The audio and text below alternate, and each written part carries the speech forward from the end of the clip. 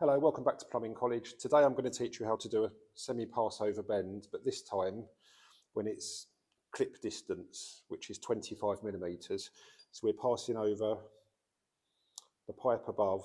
Right, so a lot of plumbers don't attempt to do this bend, this semi-Passover bend. What they do is they just use a street elbow into the T and put a bend. But what I'm going to be teaching you is how to do it in one. So it's going to look like this. Right, so the bend I'm going to show you, there's a couple of things that you need to get right. Firstly, there must be a gap.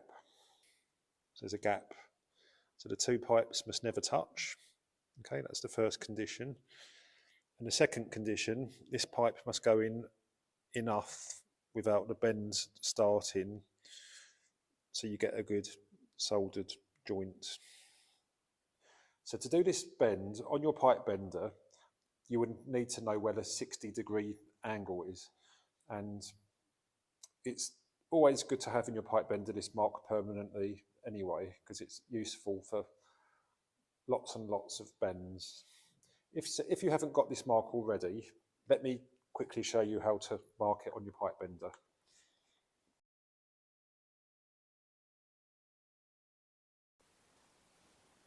Just to get an off-cutter pipe, put it in the pipe bender, and then bend it, go in a little bit more, take it out. It's there. That's what we want. So it's there. That's what you do. Scrape the middle of the pipe.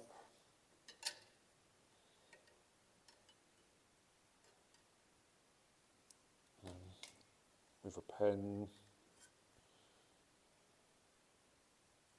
do a line there. Okay. So when the middle of the pipe touches that line, that's 60 degrees. Okay, but this should be a permanent mark in your pipe bender. You should be scratching that in at this stage once you're happy. Right, so let me show you how to do it.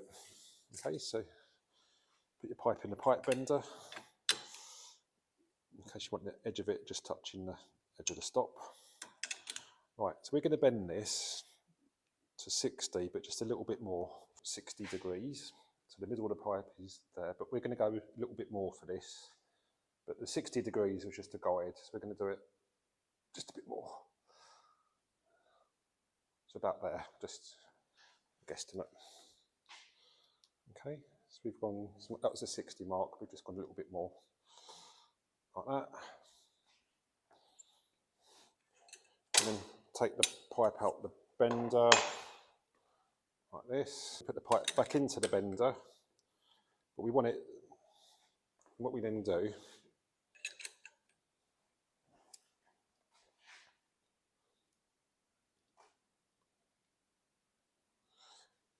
is where we want the stop to sit on the pipe fully, so we don't want it so it's on the radius, we want it to just about as close as possible to the radius, but it's sitting flat on the pipe. So I would say there, like that.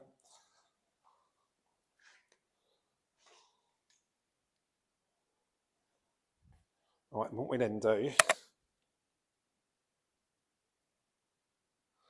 is we then bend the pipe to 30 degrees using the mark on the preset mark on the pipe bender, which is there. That's the 30-degree mark there, like that.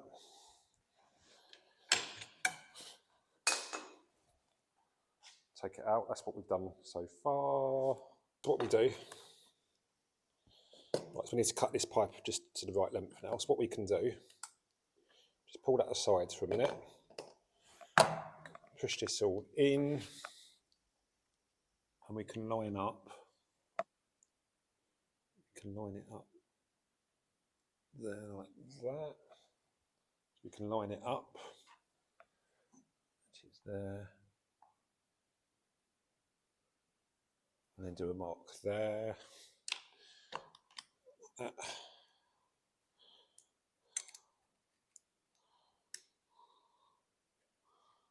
We then cut the pipe.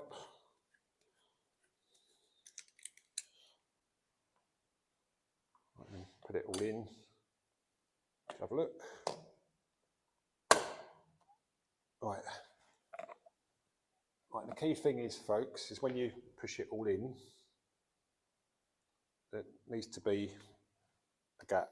You can't see the gap. It's just about there. There was a gap just there and there. Okay.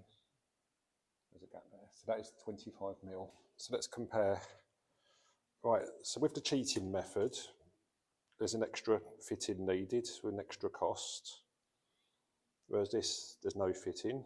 There's an extra join here. There's an extra join here, whereas mine there's no join.